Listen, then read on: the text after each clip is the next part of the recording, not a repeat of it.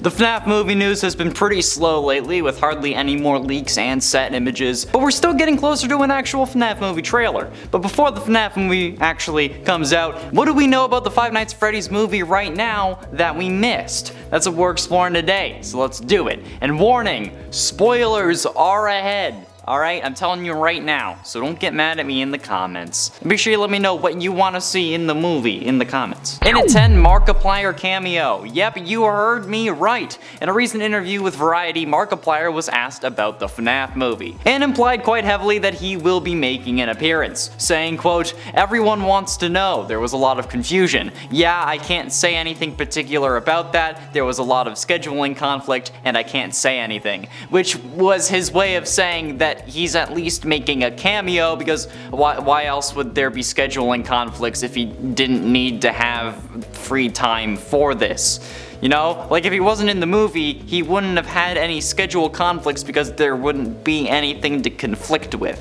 You know what I'm saying? And given a number later on this list, it's entirely possible that there are even more cameos than we were expecting. More on that later, guess you're gonna have to stick around. And at 9, young Vanessa. Now, last time I mentioned that one of the interesting things about the casting choices is that someone has been cast as Vanessa. Yeah, interestingly enough, there is a Vanessa character on the cast list, despite the Vanessa we know not being introduced until Security Breach, where she seems to be in her early 20s, and considering how Security Breach takes place after FNAF 6, which takes place post-2023 at least, it shouldn't be the same Vanessa in this movie, unless it's like a robot situation like in the novels. But nevertheless, there is a Vanessa in this film. But now, it seems that there has been a casting call for a young Vanessa as well, meaning that the idea that this is a robot Elizabeth, but like the adult version, is less likely. However, it's entirely possible that the young Vanessa is just a younger version of one of the robots, like, again, a fourth closet situation where there's multiple. So, we won't really know until the movie comes out. And also, if you're excited for the FNAF movie, be sure you hit subscribe, because we're going to be covering it as much as we can, alright? Maybe we'll even do some one-off videos here and there, saying like, hey, here's something that happened. And at 8, Victoria Patnod. While there haven't been really many major reveals since the last video, there have been quite a few casting announcements. One of these is Victoria Patnod, I hope I'm saying that right, as currently a unnamed social worker. And this seems like a likely stand-in for a social worker who's assigned to Michael after Crying Child dies, as basically the therapist who tries to help him forgive himself and move on with his life. Or that was just like their way of like avoiding sending him to jail for manslaughter. This could be the case, and honestly I think that it is the most likely scenario, but I think that she could have more significance than that as well. I mean, like, if this is meant to be the first 3 games in the movie, Michael is going to need a reason to start working against his father, and a social worker that his father was paying for in an effort to keep him from the truth that Mike then revisits after he snaps for the first time in a decade with the fountain fight. Then that social worker revealing everything about his father could be quite the compelling narrative. And at 7, Dr. Lillian. Speaking of Crying Child, he's most definitely going to get bit in this movie. Like, come on, I mean that moment, the bite of 83, is the catalyst for a whole load of the series. Without the chomping, Mike wouldn't have had a reason to go against his father, and we never would have gotten the games. And since this movie is taking place in the 80s, I'm guessing that Crying Child is going to die either early on or in flashbacks, or dare I say, FNAF-shbacks. Eh? Sorry, I've been gone for a while. So when Tazadeh Young was listed as Dr. Lillian on the movie's IMDb, it's actually very possibly the doctor that looks after Crying Child after he gets chopped. Originally, I thought Dr. Lillian would be the therapist that Mike was seeing, but after the social worker reveal, I think it definitely makes more sense that the Lillian is the medical doctor. Also, fun fact, Tazadeh Young was in an episode of The Winchesters, meaning that the FNAF movie is in the supernatural multiverse, and by extension, the Arrowverse, thanks to that one Legends of Tomorrow episode. You're welcome. And at 6, Bailey Winston. Now, there is very little information about this one, but according to their Actors Access resume, Bailey Winston has been cast in the FNAF movie as Kim. We don't know who the character is. We don't know if this is a fake name or if the character is like the equivalent to a character from the games, but it could be that the character was created for the purposes of the movie, since there are more characters needed for a movie than in a game where the story is contained to only the aspects that we need to see. see, and everyone else aside from us basically are animatronics. So these could be entirely new characters that are being introduced into this series that could have no equivalent in the games, or it could be that they are meant to be characters from the games but with new names to show us that these aren't the same worlds, as a way to keep the mystery of the games alive and not solved by the movie so that they can continue to release the games and do well.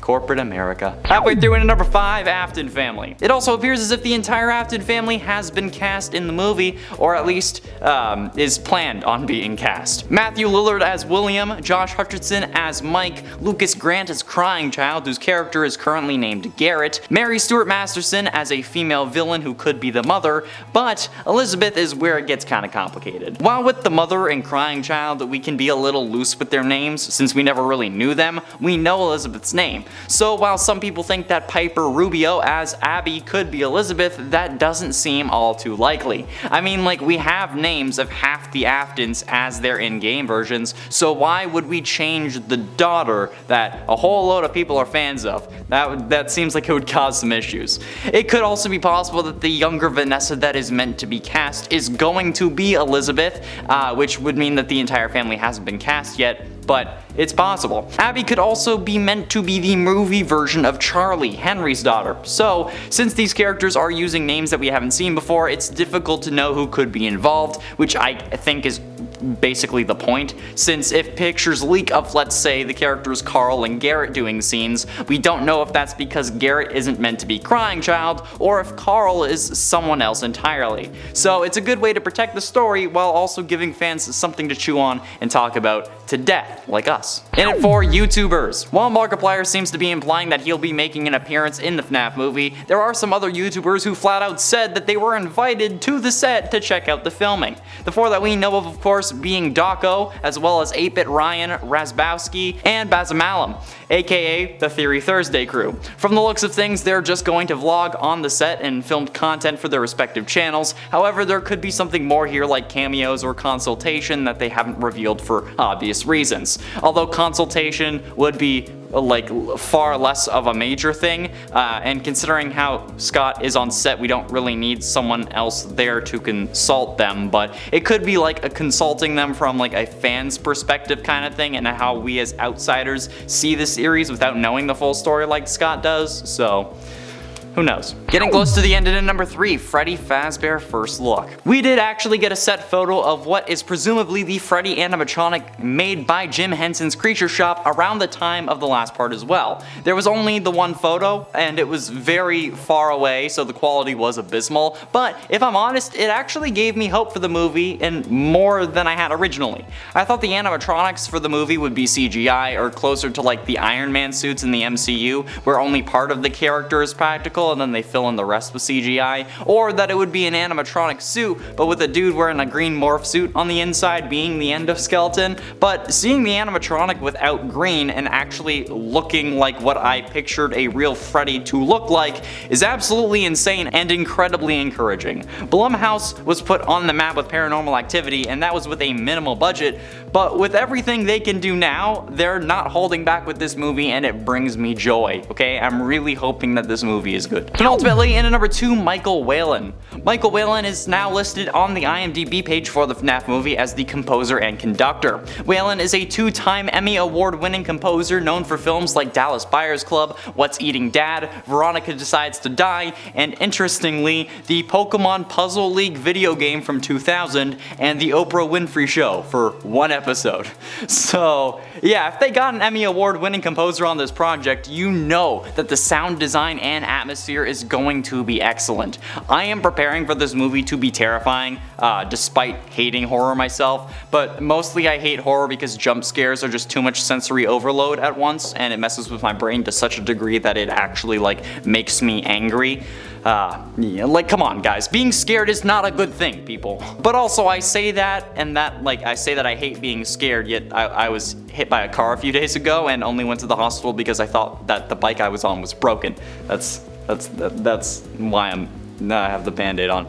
Yeah, if I didn't think it was broken, I would have just kept going to my destination, but I didn't think I had a way back to my hotel. So yeah, that's the only reason I stopped. I wasn't scared at all for that, which is super weird. And then I also was thinking while I was flying that if the plane crashed, at least I would be able to put my 100 hours playing The Forest to use. So yeah, fear is weird with me. Are we sure I only have 6 mental disorders? And finally, in at number 1, Springtrap. I saw multiple tweets saying that the FNAF movie was going to be about the first 3 games in the series, which didn't seem all that logical to me, because like, why would they try and cram 3 games and nearly 40 years of content into one movie? We all know that that usually doesn't go over well. And while Fazbear's Fright may have opened in 2023, which makes the timing perfect, we weren't really sure that it was true. Until an Instagram user in a now deleted post shared photos from their tour of Jim Henson's Creature Shop, which included multiple Springtrap heads, indicating that they're definitely planning on having him appear. And considering everything else, it basically confirms Springtrap to be in the movie.